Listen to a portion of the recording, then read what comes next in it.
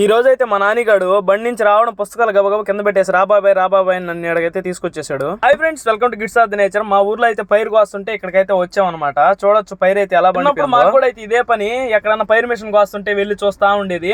బండి నుంచి వస్తానే పుస్తకాలు గబగబా పెట్టేసి పరిగిస్తా అక్కడికి వచ్చి కూర్చొని చూస్తా ఉండేది. అదే మన పైరు కోస్తుంటే బడే ముగిచ్చేసి ఇంకా పైరు కాడికి వెళ్ళిపోయేది అనమాట. అలాగే ఈ మిషన్ కిందకి దిగడం, లారీలోంచి కిందకి దింపుతారు కదా, అది చూడడం ప్లస్ పైకి ఎక్కడం ఇవంటి కూడా చాలా ఇంట్రెస్ట్. చూస్తా ఉండేది అది పనికి. అప్పుడైతే ఊర్లో పైర్లు వరుసగా కోసేస్తారనమాట. ఇంకైతే ఈ సీజన్ లో ఇంకా బర్రెలకు కూడా పండగ. పైరు కోస్తే బర్రెలకు ఎందుకు పండగ అనుకోవచ్చు మీరు. అవి అయితే ఫ్రీగా మేసేదానికి మేత కావాల్సినంత మేత దొరుకుతుంది.